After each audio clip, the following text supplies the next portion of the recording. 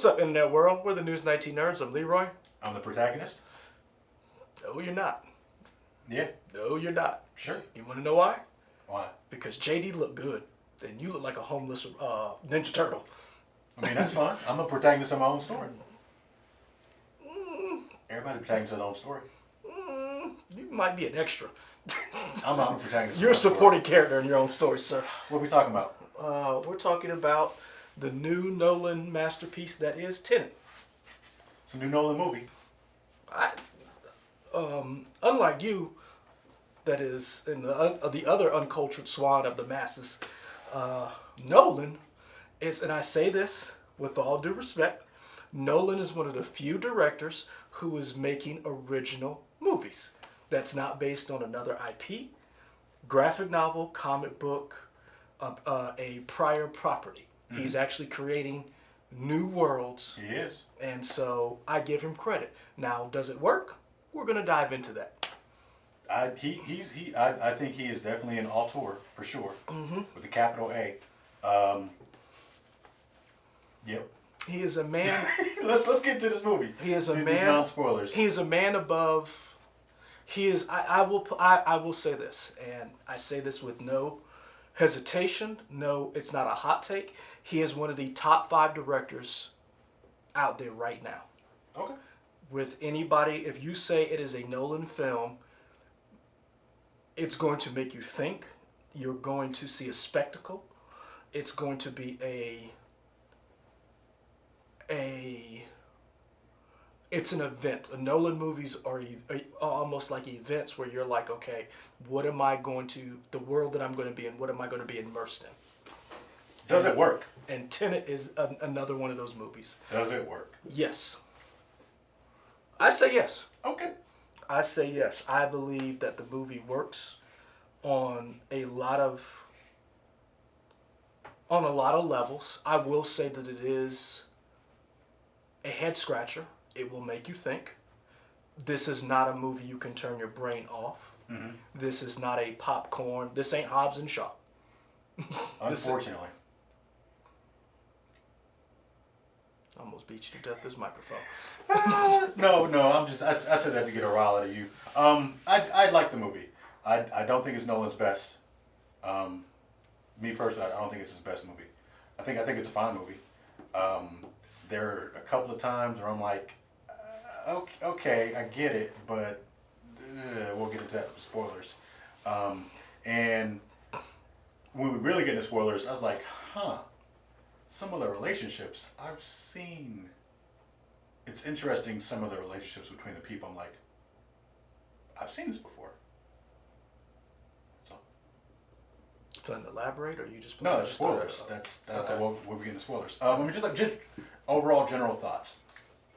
In terms of spectacle, Nolan is very good about doing spectacle with actual with like little to no CG. I think this movie looked great in terms of everything, the way it was shot. I assume most of it was all practical. A lot of it was practical. And you are a director, so I just have a question. This isn't really spoilers, but do you know when things were shot in reverse, did they just shoot it? I have no idea. Okay, just asking. I'm just curious how that works. People who, like the cinematographers out there, and the people who really do shoot films, let us know in the comments how that worked. I thought that was really cool, the way that stuff looked. And the choreography for some of the fight scenes, I think was really inventive, considering people are going and fighting in different ways and stuff. I thought that was cool. I enjoyed everybody in the movie. We talked about her before. We didn't do a review on Widows, but we talked about Widows, like in passing. Mm-hmm. And I really like Elizabeth Debicki. I think that's her name. Yep. I think she was good in Widows. I think she was good in Guardians of the Galaxy. I think she's good in this. I would like to see her in more stuff for sure. I enjoyed the movie. Mm-hmm. When I went to see the movie, I know there's a lot of people out there who are trying to figure out, should I go to the movies? Is it safe? I went to a 10:30 showing on a Sunday night. I was the only person in my theater. Nice. When I saw it, it was 3 people, myself included. And we were all spaced out. I was like, this is... I sat on the same row that I bought the ticket on, but I literally could have sat in any seat that I wanted to. It was a nice feeling. I like to be by myself anyway, so it was a great feeling. But I will say, it was a little. I do miss the idea in a pre-pandemic world where you see this type of movie with a lot of people, where you get to see you hear that. But I mean, I'm perfectly fine watching movies by myself, so that's not a problem. I enjoyed it. I am a Nolan fan. Nolan has and I wish he would explain why every one of his movies has to deal with time. Every one of his movies has something to do with time in the sense of how it flows, how it's manipulated. And I really wish he would sit down one day, maybe at the end of his career, or maybe in a roundtable discussion, and talk about why time is such a huge theme in all of his movies, no matter what the property is, whether it's dealing with dreams in Inception, whether it's time in Tenet, whether it's time in Interstellar, how we look at time in Memento, how he plays with it. I really wish he would sit down and explain why he's fascinated with this. I will buy, to me, a testament of if a movie is good or if I like it, would I buy this and own it? I would buy Tenet. I would buy Tenet for a number of reasons. One, because I believe the movie is a little complicated. I would love to watch it again and again and again and see what I missed. And to see and slow stuff down. I want to listen to the director's commentary. I want to hear how the cinematographers, how they put stuff together. I've watched a couple of videos now that I've seen the movie, behind the scenes with John David Washington, Elizabeth Debicki, where they talked about how they did certain things. Elizabeth Debicki talking about how she was not prepared for the physicality of a Nolan movie. How she's done other stuff, but this was a hard movie where she had to rely on Robert Pattinson, and she calls him JD, but John David Washington, for how to do things. And John David Washington, who is a phenomenal actor, in very good shape if you've seen him in Ballers as Reggie, talks about how hard it was to perform a lot of this stuff in the movie. And he talks about Christopher Nolan was like, he would say, I want to do this. And Christopher Nolan was like, this is hard. And then John David Washington would say, yeah, it was hard. Like, and so, because he wanted to experience the film and do as much as he could. That to me spoke a lot to the passion these actors brought to the movie, and it showed after seeing it and then listening to them talk about it. It's like, okay, I believed a lot of some of the stuff that was in there, and I really did like it. It's a different kind of spy film, and that's what I think it is. And I liked it. It's not his best. I give it a 7.5 out of 10.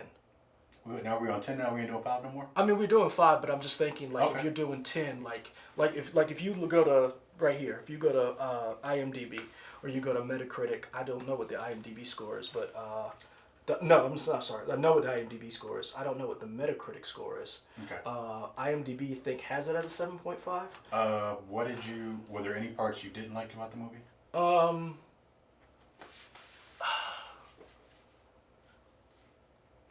I do wish it wasn't as dense as it was.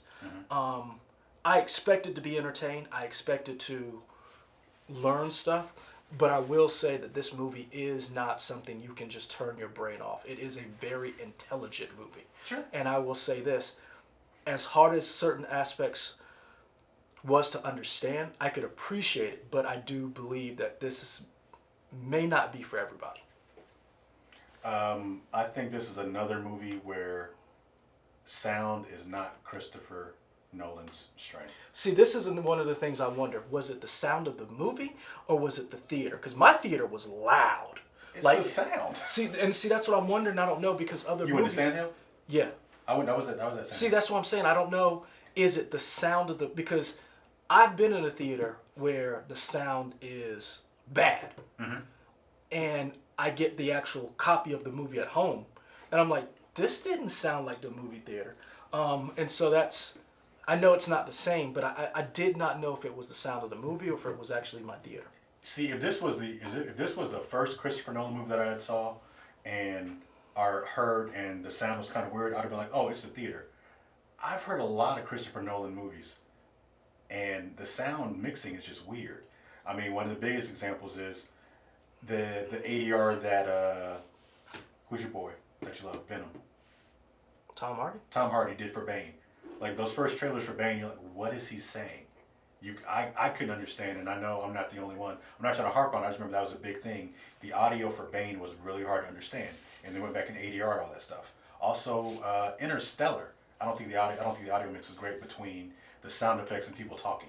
And for me, it was hard sometimes because there's so much spectacle and boom with all the action happening on screen. It's kind of hard to hear people talking sometimes. Like, ooh. And with the movie that you said is so dense, I really do know what you're saying, but I don't know what you said because this explosion just happened. See, I didn't have a problem with that. Towards the third act, I did. Mm-hmm. The third act, there was a little, but that was because there was a lot of stuff going on. I never really had a problem hearing. But I also wonder, too, again, I wonder is, and I know this is not possible if you're not like at a real, I don't want to say nice, but like if you're not in a huge media market where your movie theaters are run by like real movie people. Like you wanted like a THX certified thing. Yeah, kind of. And so like this is a movie theater where I'm not knocking anybody who works at a movie theater, but there's a reel or a disc or whatever, and they just slap it in and they look at the monitors and they're like, all right, it's good, and they just leave. Mm-hmm. So I don't, and also I wonder how much of a movie theater sound is adjusted for the amount of people in the actual theater, because you know when you're in a theater with a full theater, the sound is absorbed by the people in the theater, mm-hmm. and it's bouncing off. So again, that's where I'm like, I wonder sometimes, and I wish, and if anybody out there is a little smarter than we are when it comes to this, who knows this kind of stuff, and when you run a movie theater and you're running a movie, do you check and be like, there's only one person in there, I don't give a, crank it up, because I mean honestly, there were parts that was really loud, and I was like, and I was thinking to myself, is it supposed to be this loud? Because there's only one of me in here. Mm-hmm. So I wonder if that's part of the problem. I'm not saying that those things didn't happen, but I'm wondering if these experiences, because I did not have a problem with Interstellar, but I remember having a problem with Blade Runner 2049. And mm-hmm. there was like maybe 5 of us in there. Okay. So that was a problem. But then this, I want to say this was the same exact theater that I saw Into the Spider-Verse, and I had no issues. Mm-hmm. But again, there was 4 of us in that theater. So I don't know. It could be the movie theater itself, or it could actually be the movie. I do not know. I'll say it's the movie. Friend of the show, Christopher Nolan, come on and talk to us about it. Please. Yeah. Your humble servant. Your obedient servant. You said 7.5 out of 10? So out of 10, 7.5. This is rated on IMDb, not scientific. 7.9 out of 5. I'd give it a 3.5. 3 out of 5. I'd give it 3.75 inverted bullets. Okay. I'd give it 3 suntan lotion on the deck out of 5. That's what I give it. Yeah. When you watch the movie, that'll make more sense. Right, yeah. So let's get into it. Spoilers. It's been a minute since we've done a review on something. It's been a minute since anything's been out. That's true. Yeah. I mean, there's other stuff we could have reviewed, but we were lazy. Nah, true. So, yeah, where you want to start? I thought I was a smart person until I saw this movie. Man. I will say this. Have you ever watched Primer? No. This is an action movie of Primer. Okay. So those is Primer somewhere I can watch it? I don't know, man. Get it. I thought you were saying this like, oh, you can check it out right here and here and here. Nah, man. I gave you the movie. Thanks. Fantastic. Okay. That shit out of y'all. All right, I'll do the legwork. Thank you for nothing. But no, it's a very intelligent time travel movie, independent. Tenet is kind of like that in the sense of it's a smart movie. But I honestly, I was like, I thought I was smart. I not like genius level. I was like, I'm above average, you know. I pick my nose every now and then. I don't, I'm not like, I'm not a mouth breather. Uh-huh. I came out of that movie like, man, you ever like have a moment where you realize, yeah, we're not the same species. Yeah, sure. I was like, oh, people are Yeah. thinking about stuff. Yeah, I was like, Yeah. ooh, yeah, I'm not that bright. I would love to see like his whiteboard? yes, just to see where he put stuff together. Like, what is this? I remember there was an interview, probably with John David Washington and other people, they were saying, yeah, something to the effect of, when we shot this, we didn't really know where it was either.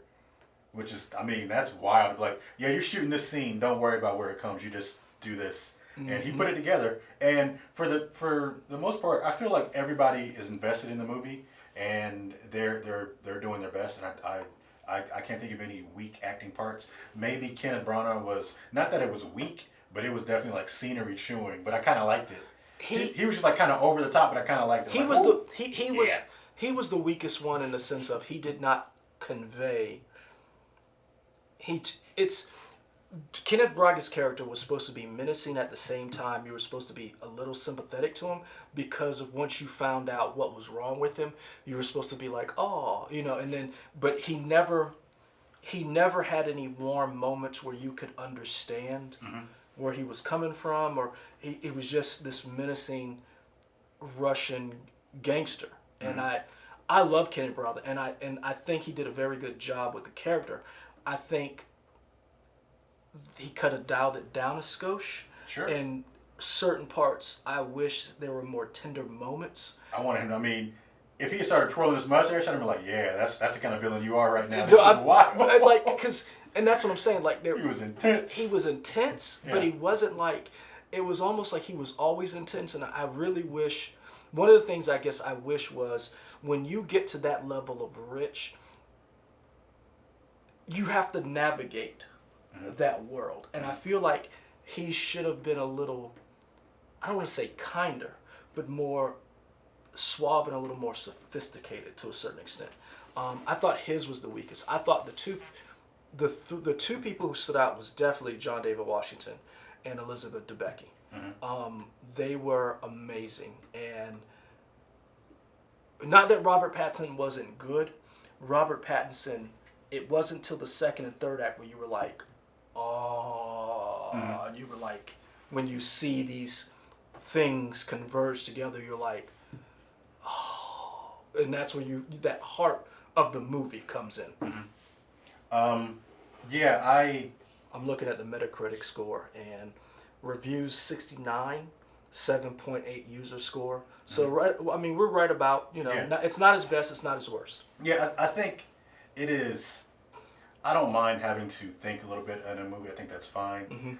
But this movie requires so much. I do think it requires a second viewing, which isn't inherently bad, but it's kind of like, how do I feel in this movie experience? That definitely brings it down to me that I have to go and watch it again. And maybe that's not fair that it's requiring me to watch it a second time, but it's just like, see, I'm the opposite. I have to pay again for this experience. To me personally, I don't like that. See, to me, I'm the opposite. I want to see it again. I want to see it too. What I'm saying is, I want to pay again to see it again because I'm like, and again, I am biased, but it's been a while since we've had this type of, and I'm a science fiction nerd, so I'm always interested to see how people do time travel, and I think this is a very interesting take on it in the sense of it's not just time travel, it's bringing in science, the inversion, entropy and inversion, these ideas that you don't, I mean, let's be honest, in a big blockbuster, a big summer, because this was supposed to be a summer release? Something like that, May or June or something. Yeah. Name a movie that is this intelligent. Like, off the top of my head, I'd probably say Hobbs and Shaw, but other than that, I don't know. It's going to be premeditated, y'all. This is really a confession tape. Now I just want to see how far can I push him. The prosecution is just going to play this video and just be like, no, then I'm still going to plead not guilty. Like, you're probably You probably have to go back to another Nolan movie, right? Like where you're but like that's an what I'm saying. Interstellar or something. Yeah. Well, and I think that to me that takes a spine Sure. to say, I'm gonna put this up against whatever popcorn theater, like Trolls. I'm throwing this out against whatever Marvel movie we got coming out. I believe people will go see it. Sure. That this is a cinematic experience. I like that. I think John David Washington, as much as I think Black Klansman was good, and he was great in that movie, I believe this is his coming out movie. Okay. I think John David Washington was even though that I have a problem with some of the things in the movie, I think John David Washington is what made the movie, because it was nice to see him maneuver through these worlds. But also what astounded me was he wasn't stiff, he had character. Two things. One, beard game was on point. Since we're in spoilers, I even thought about it while I was watching the movie. I considered you could pull out a couple of my teeth if my beard game, and you shape me up to where my beard and my like, I have never been that clean. One time, and that was on my wedding day. I mean, did you see that? Like, when did he have time with killing people? I mean, there's a lot of little. I was like, yo, whatever. Yeah. I was like, that thing was smooth. Always look good. I was like, damn. And then two, the thing I loved about John in his role was he was traveling in worlds he should not have been in.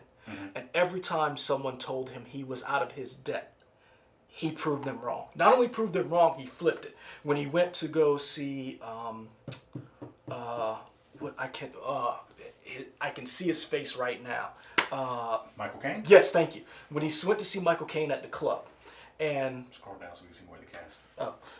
when he went to see Michael Caine at the club, and the maitre d' was being a snob. Now I don't know if he was being racist or just being snobbish, but basically he was trying to explain to him, you don't fit in here. And John David Washington, he didn't miss a beat.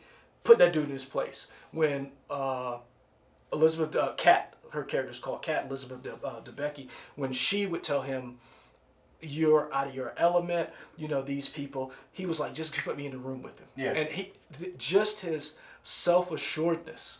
And I can't remember exactly the line, there's two lines. I think I wrote one of them down actually because I was like, it's kind of a cheat. But there was one thing, somebody said something, and the protagonist said, which again, he doesn't have a name, he just called the protagonist. Interesting. He said, well, I'll catch up. And he had that self-assuredness and that confidence of, even if I don't know exactly what's happening, I know enough that I can figure it out, which I thought was interesting. He was what made the movie. And I won't lie, it was really nice to see a black man in helming this movie, maneuvering through these worlds, carrying himself with a suave and a sophistication, but also playing this actor who's out of his depth to a certain extent, where if it's violent or if there's a job to do, I can do it. But also being out of his depth and understanding, I have a mission or a role to play, but some of this other stuff is bigger than me. And the thing that I liked was that he didn't forget, because a lot of these movies, and I can name a dozen of them, where when you have a mission, the people that you use to get ahead a lot of times fall by the wayside, where you don't care about them because they're just a means to the end. And Kat mentions that. If I'm just someone for you to get to my husband, you don't care what happens to me and my son.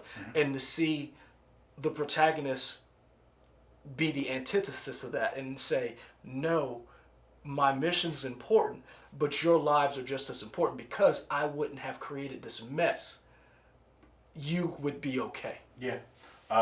The line that a few people say it, but I think when after the protagonist takes a cyanide pill, was a test, he wakes up, whatever, he's on this boat, and he gets shipped off to this scientist, I think it might be Barbara Clemens Posey, who maybe possibly, the one who talked about the inversion and the radiated stuff.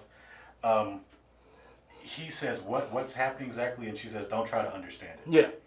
Which is said to him, but also to the audience. I kind of feel like don't try to understand it, which I'm two ways about it. I'm like, okay, I'm in for the ride. Let me just be in for the ride for this. But also, I feel like it's kind of a having your cake and eat it too situation a little bit to me, where he's like, yeah, some of this is just going to be kind of weird. I don't really know if I could explain it either. And me saying that's Christopher Nolan saying it. Don't try to understand it. Just be on for the ride. And I don't like that. To me, I do like that because and that's where I guess we differ, because for me, I liked it because it was really a point to the audience that says, we're going to hit you with a lot of stuff. Even if you have a physics degree, it's going to be hard to figure some of this stuff out. Be along for the ride. Understand these huge concepts are here. Mm-hmm. And once you get past that, the movie becomes easier to watch. And in a sense of, once you've distilled this belief of trying to figure out why this is the way it is, becomes a much enjoyable movie for you. It's almost kind of like when you think about the sense of, how many Marvel movies have we watched? 23, 24. How many of them do you really sit down and try to figure out the science of Iron Man's armor? Just Iron Man. Yeah. And what I'm saying is, now flip that and try to figure out the fact that Thor is a Asgardian god. Mm-hmm. And his is magic, but actually it's science. Mm-hmm. Because they said in the movie, it's actually science. Mm-hmm. Then on the flip side, you have Doctor Strange, which really is magic. Mm-hmm. Or is it magic? And so we don't sit down and we don't try to figure that out. We go along for the ride. And I feel like that was Nolan's attempt to say, look, I'm going to hit you with a lot of stuff. Mm-hmm. Keep up. It really don't matter. Come along for the ride. And that's kind of how I feel like it.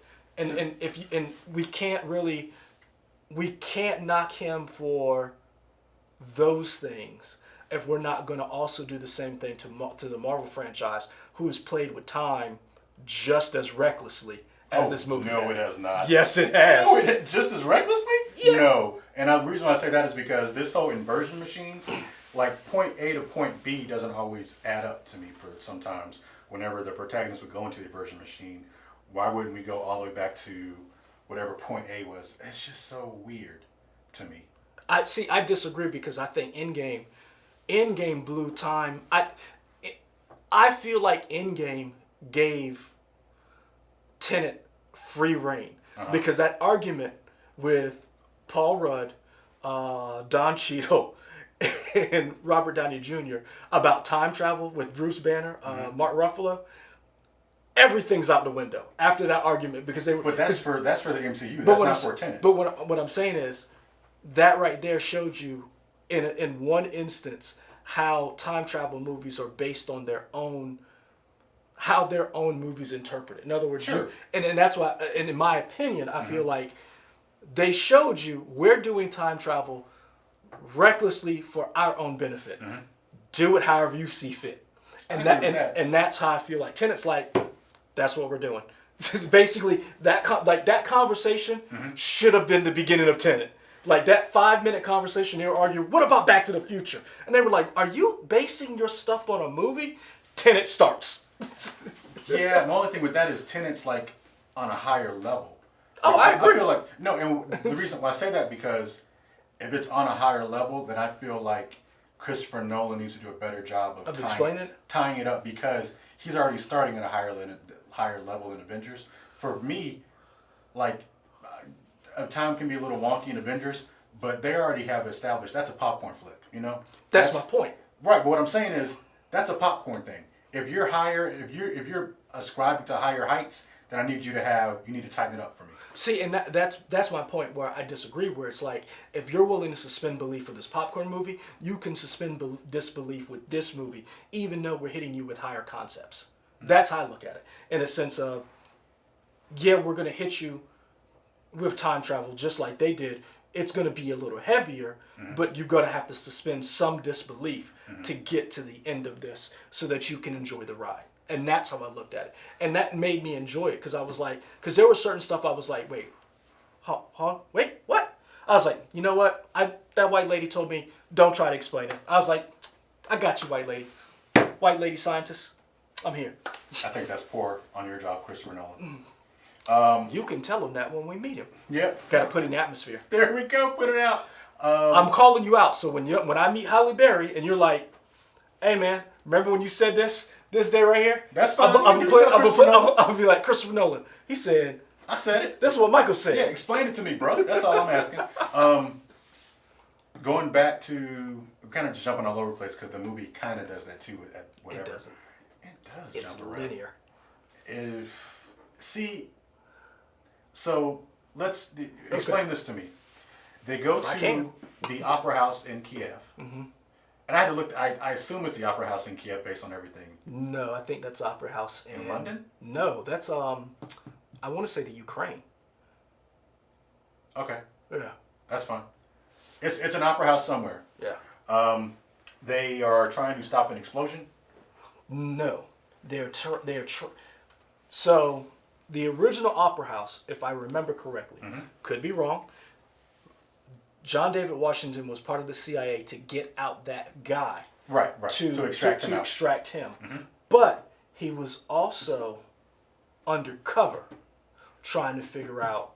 He was undercover working with some people to get that guy out. Mm-hmm. And then he stumbles upon this other thing happened, the inversion, and the other thing happening. Yeah. And he doesn't realize that what they're after is part of this whole Tenet situation. Okay, so it looks like John David Washington is about to die. But some reverse person, saves him with an inverted bullet. Mm-hmm. Who was that person? That's the question. Bull. Let me tell you why. Bull. Let me tell you why. That is a question. Nope. That should be answered. Hold on. It's either Neil or it's himself.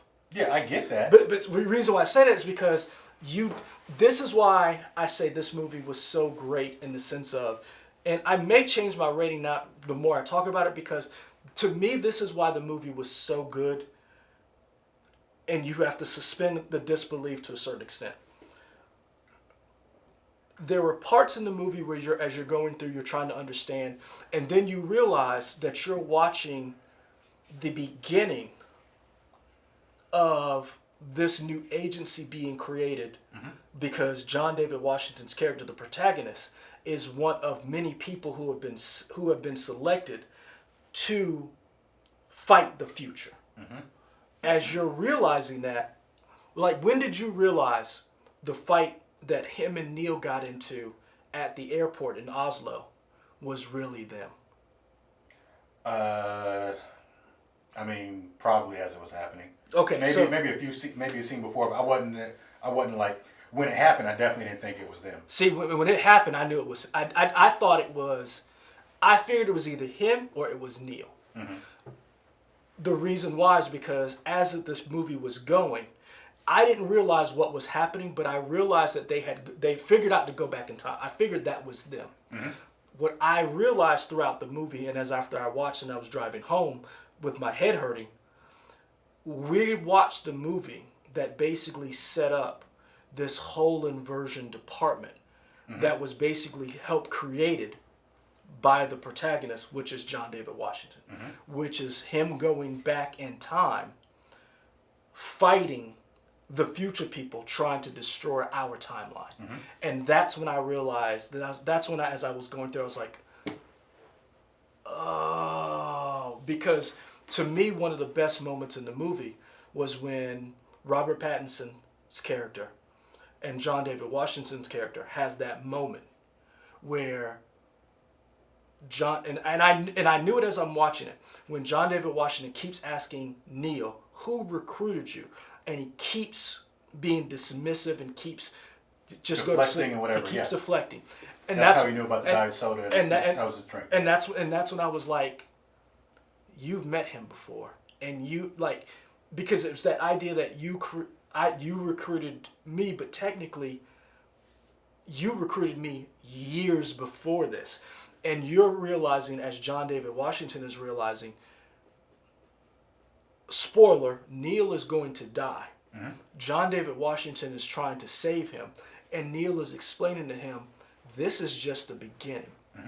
And that's when I was like, you set all this up. And that's when I was like, And that was that, to me, that was that inception moment where I was like, and I like, that's why I said in the first part of the movie, Robert Pattinson's character was kind of vanilla. He was, the smooth, suave. He was almost like Tom Hardy's character in Inception.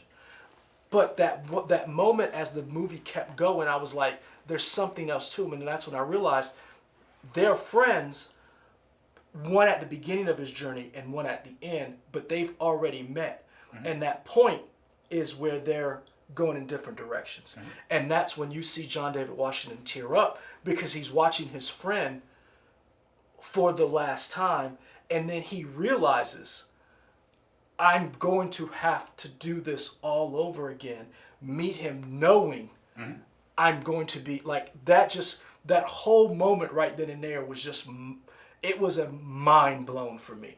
And that's what made, I don't want to say made me overlook some of the other things, but it smoothed over some of the other details because the story itself to me was the protagonist. Mm-hmm. And that's what made me say, I really love this movie. The relationship that the protagonist and Neil had, was that the first time you had seen that kind of relationship where one person's going from here to here, and the other person goes from here to here? Had you seen that before in a movie? Yeah. In what movie had you seen it before? Or in what medium had you seen it before? Oh, in a movie, books. There's a great movie with Ethan Hawke. It's called, and it's actually, do you remember they talk about the grandfather paradox? Mm-hmm. Go watch a movie called... So I got another movie to watch. Oh yeah, time travel movies, I love them. Time Crisis is another great one, a European movie. Oh, I got the gun shooting game. No. Time Crisis, I think it's a French movie. Awesome movie, another great one. Ethan Hawke. To me, them flipping the parallel of one going off to the beginning of the journey to the end, I was kind of like, it didn't hit me as hard, probably because I had seen it recently, or I'd seen it a while ago, and I started rewatching one season of Doctor Who that featured a character called River Song, and her parallel is kind of the same as Neil, with the Doctor being the protagonist. And I was just like, oh, all right, this is cool. That's what I was referring to at the beginning of this when I was talking about their relationship. It reminded me of the Doctor, so I didn't think it was as novel because I had seen it before. Predestination. Okay. So, keep going. No, that was it. I was just like, okay, I've seen this Doctor Who relationship. It's fine. Another thing that got to me in terms of sound was when they became inverted, they needed to have the oxygen in the thing. It's kind of hard to hear them talk because they had the mask on their face. And I was like, this is another Bane moment again where it's hard to hear what these people are saying. And I guess Christopher Nolan, maybe he's not a big fan of ADR where people have to do their lines again. He wants it to be in the moment. Yeah. And I feel like if they had done ADR, it might have been clearer, but maybe he's like, no, I want to keep it like this. I don't know. That might be a personal choice. Another thing we probably would look to see in a director's cut. For me, the movie stands out in the sense of the science was just there to facilitate the relationships. And that's how I looked at it. I didn't try, because once Neil said, when John David Washington was explaining, or the protagonist was trying to explain to Neil, and Neil's like, yeah, I got a degree in physics, and I was like, oh, we're not supposed to get this. But then that was another one of those things where I was like, it really had a Usual Suspects Inception vibe to it, because as you go back and you think about certain things, you realize Neil is dropping clues that we didn't just meet by happenstance. I wasn't just plucked by your future self had already set this up to meet and you. So, and it's like when you go back and you realize, like, why would this guy know physics? And then Aaron Taylor Johnson. I'm gonna be honest with you, did not recognize him at first. So I saw his name. Who was he? He's Ives. Which one was Ives? The guy with the beard. He was in charge of the inversion army. That was him? Yes. Wow. Yeah. I can see it now. Yeah. Yeah, I was like, okay, interesting. The reason how I figured it out was because he looked the same way he did in frickin' Godzilla. Yeah. That's how I figured it out. Because it wasn't like, as I saw him, I was like, you look familiar. And I was like, that's not James Badge. That's not James Dale Badge. I was like, because he plays a lot of those. And I was like, wait a minute. Oh, yeah. I was like, that's Quicksilver. Yeah. Okay. I was like, and so everybody's character, to me, did an amazing job, and that's why I said, for me, the science, that one part where the scientist was like, "Don't try to understand it," and I thought it was cool when she was like the bullet, and he like learning to master some of this stuff. To me, the science was just basically a vehicle to get you to this point that you understood that the protagonist, John David Washington, this is basically the end, watching the end of a journey he had already set up. Because Neil kept saying, what has happened has happened. In a sense of, I can't, because Neil knew. And I knew from when they went back in the thing, I was like, that's them. I knew it was them. When I was just like, you can't, he was trying to stop him. Neil knew that was them. Yeah. And Neil was trying to explain to him, he was like, you might be giving him exactly what he wants. And JD, the protagonist, didn't understand that. And then when they had that moment in the shipping container where Neil was like, he was like, you couldn't tell me. And he was like, because what has happened has happened. Yeah. And I thought that was so touching in the sense of seeing a friend, because it's almost like you know your friend is about to do something and you know exactly what's about to happen, but you have to let that person go through it so that they can understand. And so that friendship to me is the crux of the movie. But then also Elizabeth Debicki's character, in the sense of she's trapped in a world where she wants to get out of. And when she said that woman who jumped off the boat, the freedom she had. And it wasn't until I saw the boat again, I was like, oh my gosh, that's her. And I was like, it's all coming, like the whole moment where it's like, it's all coming together in this circle. I was like, okay, bravo, Nolan. Bravo, because you got me. Because I didn't see that at first. When she was like, the woman who jumped off the boat, I was like, yeah, I'm a billionaire. I got some broads. You know, like you're thinking, I own a yacht. Yeah. That has a helicopter port. My wife's not going Yeah. I'm a supervillain. I'm gonna have broads. I'm chopping heifers in. Like that's what's gonna happen. I'm an arms dealer. It's not like I'm gonna stay faithful to you. Right. And then as you realize, oh, that's her, and you're like, got me again, Nolan. I can appreciate that. Okay. To me, I was just like, all right. Like I know I said 3.75. I'm really give it a 4. I'm up to a 4. I'm up to because the science does bother me, but I'm gonna have to watch it again before I And then there's a whole bunch of I've been looking at all these thought threads or whatever. Scream Rant has one up. Polygon. Everybody has one, and I'm just like, let me watch it again. I want to see it again. The scene that got me the most, as far as like the directing, was watching the protagonist fight himself again at Oslo. Seeing it backwards. The second time? The second time. Yeah. That, like we said at the beginning, I mean, Nolan knows what he's doing.